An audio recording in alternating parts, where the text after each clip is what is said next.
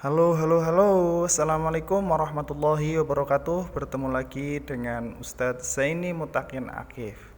Pada kesempatan kali ini kita akan belajar di tema 1. Namun sebelum memulai pelajaran, marilah kita berdoa terlebih dahulu. Berdoa dimulai. Selesai.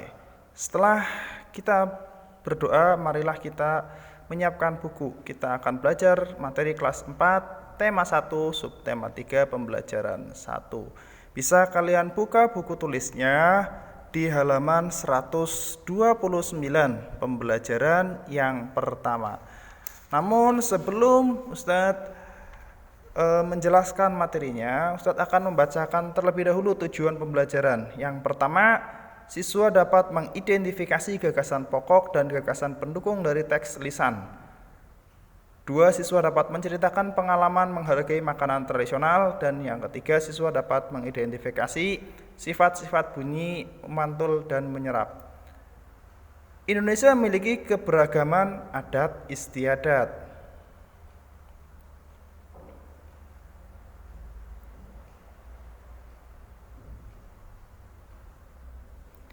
Makanan, permainan tradisional, tarian, dan lain sebagainya. Tentunya kita harus mensyukuri karena dapat menikmati semuanya. Nah, silahkan nanti kalian membaca ya. Makanan tradisional Indonesia membutuhkan waktu dalam pengolahannya. Pembuatannya pun harus ahli membuatnya. Kamu akan belajar tentang seorang ibu pembuat dodol Betawi, makanan tradisional Betawi. Dengarkan, Ustadz mau bercerita. Kemudian tuliskan gagasan pokok dan gagasan pendukung pada setiap paragraf. Nanti Ustadz bacakan cerita ya tentang dodol Betawi dan Mak Salmah. Tidak usah tulis, tapi kalian harus dengarkan karena kalian akan mendengar secara lisan ya.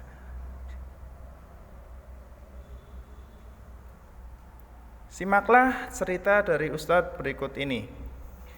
Dodol Betawi Mak Salmah. Paragraf yang pertama. Sebentar lagi kota Jakarta akan berulang tahun. Seperti tahun-tahun sebelumnya, Mak Salmah menerima banyak pesanan.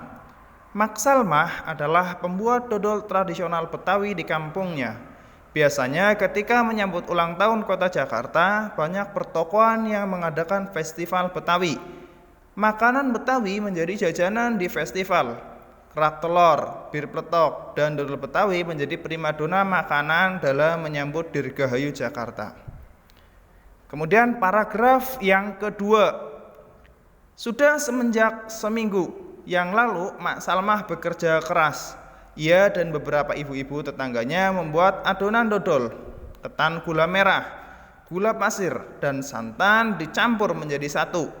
Membuat dodol Betawi membutuhkan kerjasama. Tidak hanya perempuan, laki-laki pun terlibat dalam pembuatannya. Biasanya Mak Salmah dan ibu-ibu menyiapkan bahan, memarut kelapa, dan menumbuk beras ketan. Adonan dituang kawah lalu diaduk hingga kental. Proses mengaduk ini dilakukan terus-menerus selama 8 sampai 12 jam. Pembuatannya memang berat dan lama. Oleh karena itu, pembuatan dodol Betawi membutuhkan kerja sama.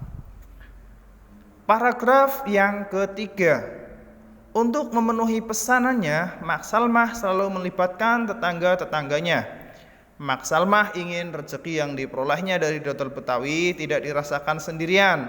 Mak Salmah juga ingin dodol Betawi selalu dikenal.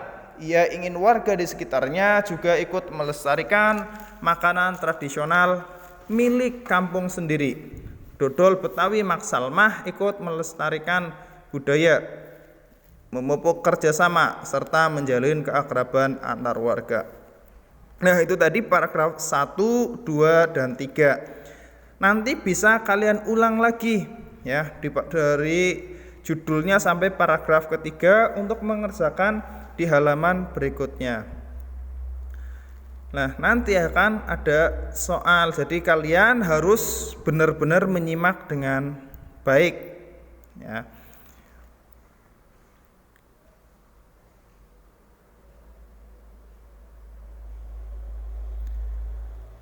Kemudian setelah kalian mendengarkan cerita tentang dodol Maksalmah, kalian identifikasi gagasan pokok dan gagasan pendukungnya yang ada di buku kalian di halaman 130 sampai 132 paragraf 1, 2, dan 3. Kalian kerjakan di buku tulis kalian. Tidak harus seperti di gambar ya, bisa kalian perbaiki sendiri. Nah, makanan tradisional di Indonesia itu banyak sekali ya. Siti suka sekali makan nasi uduk dengan irisan bawang goreng dan telur dadar. Itu makanan tradisional Betawi. Nah, berikut ada contoh makanan khas beberapa daerah di Indonesia. Yang pertama, sega jamblang. Itu berasal dari Cirebon, Jawa Barat. Kemudian ada nasi pecel dari Madiun, Jawa Timur.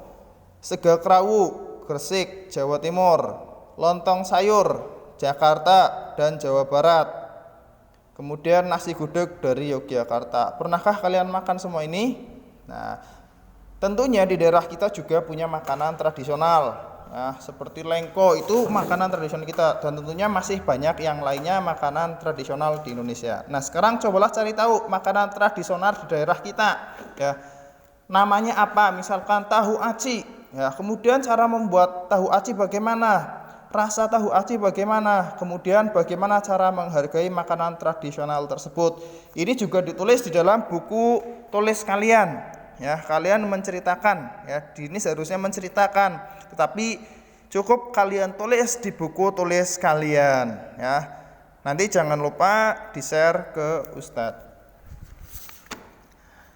Nah, sekarang coba kamu lihat pedagang yang berjalan membunyikan suara, bunyi atau suara, dengan mereka membunyikan es krim misalkan ada suara, ya, atau membunyikan mangkok. Ya, bisa kita dengar di mana-mana karena adanya sifat bunyi yang bisa merambat di udara sampai ke dalam telinga kita. Nah, untuk membuktikan ya bahwa bunyi ini merambat melalui udara, coba bisa kalian praktekkan ya, seperti pada gambar di halaman 135 ya. Percobaan pemantulan dan penyerapan bukti ya. Lalu bagaimana langkah kerjanya ya? Bisa kalian baca di buku kalian halaman 135 ya. Susun dua baris buku dengan ketinggian yang sama. Letakkan tabung di atas buku dengan hati-hati ya, bisa dari paralon tabungnya ini ya. Kemudian bisa arloji atau HP kalian dibunyikan ya, alarm ataupun lagu di sebaliknya ya. Ya, di gambar jam bisa kalian taruh musik-musik itu ya, kalian di sebelahnya. Nah, lalu apa sih yang terjadi ya? Kalian bisa mendengar tidak? Nah, ini contohnya. Kemudian setelah kalian mengamati ya percobaan dan mencoba, kalian kerjakan juga halaman 135 dan 136 1 sampai 3 ya.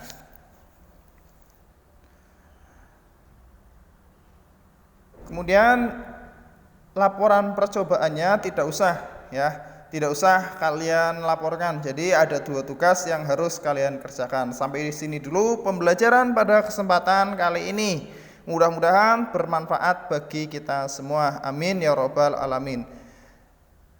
Tetap semangat dan jangan lupa untuk selalu berdoa dan beribadah kepada Allah Subhanahu wa taala. Ya, jangan lupa juga untuk melaksanakan sholat wajib dan sholat sunnah, seperti sholat sunnah duha ketika pagi hari. Ya. Sampai sini dulu Ustaz ucapkan terima kasih. Wassalamualaikum warahmatullahi wabarakatuh.